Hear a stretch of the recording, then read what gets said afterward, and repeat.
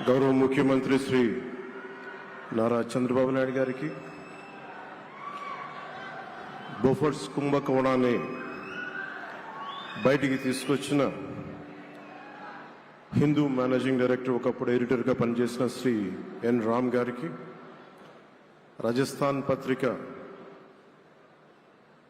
Chief editor owner అయిన శ్రీ గులాబ్ కొఠారి గారికి, చిత్ర పరిశ్రమ అతిరథ మహారథులందరికీ, శ్రీ రామోజీరావు గారి కుటుంబ సభ్యులు, వారి అబ్బాయి శ్రీ సుమన్ గారికి, శ్రీమతి శైలజా కిరణ్ గారికి, శ్రీమతి విజయేశ్వరి గారికి, రామోజీరావు గారి మనవలకి మనమరాలకి ప్రత్యేకించిన హృదయపూర్వక నమస్కారాలు. ముఖ్యంగా ఆయనతో పాటు వెన్నంటే ఉన్న ఆయన ఈనాడు పత్రికా కుటుంబానికి, జర్నలిస్ట్ కుటుంబానికి, వారందరికీ కూడా నా ప్రత్యేక హృదయపూర్వక నమస్కారం. రామోజీరావు గారి గురించి అందరూ చెప్పిన దానికంటే కూడా నాకు నా పర్స్పెక్టివ్లో, నా అనుభవంలో నేను చూసిన రామోజీరావు గారిని మీ కొద్ది సంఘటనలు పంచుకుంటాం. రామోజీరావు గారు నాకు సినిమాలు ఉన్నా కానీ నాకు పరిచయం లేదు. ముందు షూటింగ్ ఆయన స్టూడియోస్లో చేసినా కానీ ఫస్ట్ టైం పాలిటిక్స్కి ఎంటర్ అయిన తర్వాత 2008లో ఆ సమయంలో ఆయన కలవటం జరిగింది. ఆయన మాట్లాడిన విధానం చాలా నిక్కచ్చిగా, ప్రజల పక్షపాతాన్ని.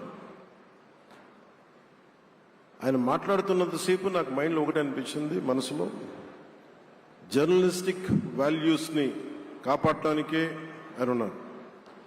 ప్రజాక్షేమం, ప్రజా సంక్షేమం, ఈ పర్స్పెక్టివ్లోనే, ఈ కోణంలోనే ఆ చర్చ జరిగింది. నన్ను ఒకే ఒకసారి ఆయన 2019లో ఒక లంచ్కి ఆహ్వానించారు వారి కుటుంబ సభ్యులతోటి.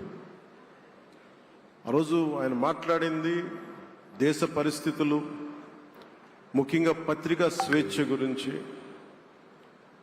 పత్రికా రంగం ఎంత కీలకమైంది. ఆయన ఎప్పుడూ కాంప్రమైజ్ అవ్వలేదు.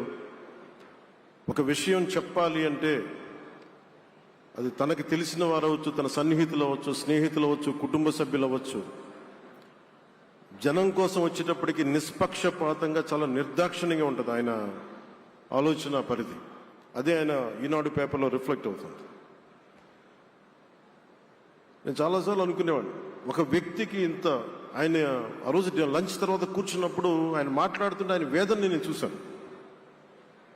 ఆయన నలిగిపోతున్నారు. నిజంగా పత్రికా స్వేచ్ఛ ఎంత అవసరం దేశానికి, ప్రజాస్వామ్యానికి ఎంత కీలకమైంది, అది ఆయన చెప్తుంటే ఆయన ఆవేదన నాకు అర్థమైంది.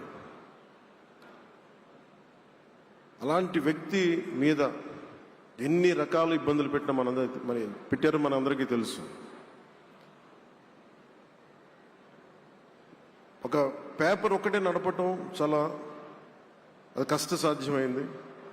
కానీ దాంతోపాటు ఆయనకి నష్టపోవడానికి, జనరల్గా అలాంటి విలువలు, కమిట్మెంట్ ఉన్నవాళ్ళు మిగతా వ్యాపారాలు అంటే ఆయన్ని అన్ని రకాలుగా దాడులు చేయడానికి చాలా తేలిక. అలాంటి దాడుల్ని తట్టుకుంటూ యాజ్ అ జర్నలిస్ట్ ఆయన అన్కాంప్రమైజింగ్ యాటిట్యూడ్, అన్కాంప్రమైజింగ్ వాలర్, అవన్నీ ఆయన్ని నాకు చూస్తే చాలా చాలా ఆనందం వేస్తుంది. ఆయన ఒకటే చెప్పారు నాకు, your upcoming political leader, I wish you all the best. నీ జీవితంలో నువ్వు కాంప్రమైజ్ అవ్వకు, what ever you believe in, నువ్వు ఏదైతే నమ్ముతావో దాన్ని త్రికరణ శుద్ధిగా చేయని చెప్పి ఆయన చెప్పింది నేను ఈ రోజుకి మర్చిపోలేను. అలాంటి మహానుభావుడు సంస్మరణ సభకి నేను ఈరోజు ఇక్కడికి రావటం, ఆంధ్రప్రదేశ్ ప్రభుత్వం భాగంగా నాకు నిజంగా చాలా ఆనందంగా ఉంది. రైట్ టు ఇన్ఫర్మేషన్ యాక్ట్ దారిలో చూస్తూ ఉంటుంది దాకా ఎగ్జిబిషన్లో 2008 రైట్ టు ఇన్ఫర్మేషన్ యాక్ట్లో అంటే ప్రజలకు ప్రతిదీ తెలియాలి, ప్రభుత్వంలో ఏం జరుగుతుంది, ప్రభుత్వం ఏం తీరుతలు ఎలా ఉంది అనేది. దానికోసం ఆయన అందరినీ కలిపి ఆంధ్రప్రదేశ్లో, ప్రత్యేకించి ఉమ్మడి ఆంధ్రప్రదేశ్లో ఆయన ఒక ఉద్యమకర్తగా కూడా వ్యవహరించారు. ఒక ఆర్టీఐ లాంటి థాట్ ప్రాసెస్ ఉండాలి అంటే ఒకటే ఉంటుంది, ఇది ఏమి జరిగినా ప్రజలకి తెలియాలి. ప్రభుత్వంలో ఉన్న రాజకీయ వ్యవస్థ ఏమి చేసినా ప్రజలకి తెలియాలి, వారికి అండగా ఉండాలని చెప్పి ఆయన చేసిన ఈ యజ్ఞం చాలా జటిలమైంది, చాలా కష్టమైంది. పత్రికా రంగంలో విస్తరించిందే కాకుండా సినిమా నిర్మాణ రంగంలో కానీ, స్టూడియోస్ కానీ, హోటలియర్గా కానీ ఇవన్నీ చాలా చేసి ఉండొచ్చు. కానీ ఆయన క్రక్స్ ఆఫ్ రామోజీరావు గారిది మోస్ట్ ఇన్స్పిరేషనల్ జర్నలిస్ట్. ఇందాక కొల్లూరు పార్థసారథి గారు చెప్పిన, ఇందాక అమరావతి నుంచి నాయా ఎమ్మెల్యే గారు మాట్లాడినా కానీ, పార్థసారథి గారు చెప్పినా కానీ ఆయనకి ఖచ్చితంగా ఒక విగ్రహం పెట్టాలని. ఎందుకంటే జర్నలిస్ట్ విలువల్ని కాపాడి ఆయన ఎందుకు ఇన్స్పిరేషన్ అంటే ఎన్ని కష్ట నష్టాలు వచ్చినా, ఒక జర్నలిస్ట్గా ఉండటం వేరు, ఒక పత్రిక అధిపతిగా ఉండి అన్ని ఒడిదుడుకులు ఎదుర్కొని ఆయన కుటుంబాన్నంతా బెదిరించినా కానీ, ఏమి చేసినా కానీ జనరల్గా కుటుంబ సభ్యులు కష్టం వస్తే నలిగిపోతాం. కానీ అది కూడా దాటుకొని నేను నా జర్నలిస్ట్ వాల్యూస్ నేను కాంప్రమైజ్ అవును, ఏదైతే జరగనని చెప్పి ఆయన కూర్చోబెట్టి at the cost of his family members also he vent ahead and uphold the journalistic values. వారికి దానికి చాలా చాలా సాహసంగా నాకు చాలా ఆనందం వేసింది. ఆయన ఆఖరిలో ఎలక్షన్ రిజల్ట్స్ వస్తాయి, ఎప్పుడు వస్తాయి వీటన్నిటి అనుకున్న టైంలో నేను ఒకటి అనుకున్నాను, ఆయన ఆరోగ్యం క్షీణిస్తూ ఉంది, బాగుండు, ఆయన ఈ విజయ వార్త వింటారా లేదా అనేది నేను ఒకటి ఆలోచిస్తూ ఉన్నాను. సో నేను శ్రీమతి శైలజా కిరణ్ గారిని, సుమన్ గారిని, శ్రీమతి విజయశ్రీ గారిని అడిగినప్పుడు నేను ఒకటి అడిగాను, ఆయన విన్నారా అండి, ఆయనకి మాటలు వినిపించినాయా? అందరు చెప్తారు ఆయనకి వినిపించట్లేదంటే, లేదు, చాలా ఒక 24 గంటలు ఆ విజయాన్ని దశాబ్దం పాటు నలిగారు, దశాబ్దన్నర పాటు నలిగి ఆయన్ని నలిగిన తర్వాత ఆయన అలాంటి వ్యక్తి విజయ వార్త వినకపోతే అక్షోభిస్తుందేమో ఆత్మని అనిపించేది. కానీ విజయ వార్త వినే ఆయన పరమదించారు. అందుకు నాకు చాలా ఒక తృప్తినిచ్చింది.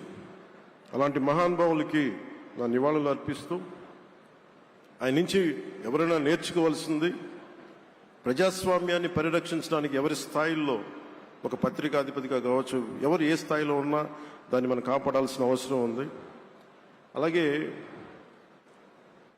ఆయన జర్నలిస్టిక్ వారసత్వ ప్రవాహం అంటే ఉదాహరణకి ఈనాడు, ఈటీవీ తాలూకు ప్రజెంటేషన్ ఆఫ్ న్యూస్ చాలా న్యూట్రల్గా, అన్బయాస్డ్గా ఉండదు. ఏదైనా విషయం చెప్పేటప్పుడు నా గురించి ఎంత రాస్తారో, నన్ను తిట్టాలనుకున్నప్పుడు అంతే తిడతారు. అంటే నువ్వు చేసే పనిని బట్టే గుర్తిస్తారు తప్ప నాకు తెలుసు కదా అని చెప్పి మళ్ళీ దానికి ఫేవరెటిజం ఉండదు. అది తెలుగుదేశం పార్టీ కావచ్చు, ఇంకొక పార్టీ కావచ్చు, కాంగ్రెస్ కూడా కావచ్చు. కాంగ్రెస్ చేస్తే కాంగ్రెస్ని ఆయన్ని పైకెత్తిన సందర్భాలు ఉన్నాయి. అలాగే ఏ పార్టీ తప్పులు చేసి నచ్చని, ప్రజలకి ఇబ్బందికరమైన సంఘటనలు జరిగినప్పుడు ఏం మాత్రం వెనకాడకుండా ఫ్రంట్ పేజీలు వేసేవాడు. ఫ్రంట్ పేజీలో మరీ చాలా బలంగా చేసేవాడు. సో అందుకే నాకు అనిపించింది, ఒక జర్నలిస్టిక్ వాల్యూస్, ఆయన తాలూకు వారసత్వ ప్రవాహం ప్రతి జర్నలిస్టు పుణికి పుచ్చుకోవాలి, అది తీసుకోవాలి.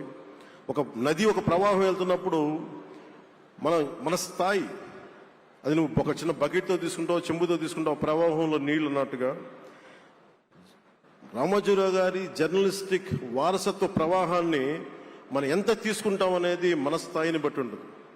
అది ఒక మోటార్ వేసి ఒక ట్యూబ్ మనకి పైప్లో తోడుకునేలాగా ఉండొచ్చు, లేదంటే నా స్థాయి ఇంతే అంటే కూర్చోబెట్టి ఒక చెంబుతో తోడుకోవచ్చు. అలాంటి అపరిమితమైన ప్రవాహం, ఆగని ప్రవాహం, ఉధృతమైన రామోజీరావు గారి జర్నలిస్ట్ వారసత్వ ప్రవాహం ఈ రాష్ట్ర ప్రజలందరూ కూడా, తెలుగు ప్రజలందరూ కూడా దాని నుంచి మనకి ఒక స్ఫూర్తిని తీసుకోవాలని మనస్ఫూర్తిగా కోరుకుంటూ, నాకు అవకాశాన్ని ఇచ్చిన నా సహచర మంత్రివర్యులందరికీ, ఇక్కడికి వచ్చిన ప్రత్యేక ఆహ్వానితులుగా వచ్చిన జర్నలిస్ట్ పెద్దలందరికీ, పత్రికా ప్రతినిధులందరికీ, ఇక్కడికి వచ్చిన అతిథులందరికీ, విశిష్ట అతిథులందరికీ ప్రత్యేకమైన ధన్యవాదాలు తెలియజేసుకుంటూ, కృతజ్ఞతలు తెలియజేసుకుంటూ సెలవు తీసుకున్నాను. జై హింద్.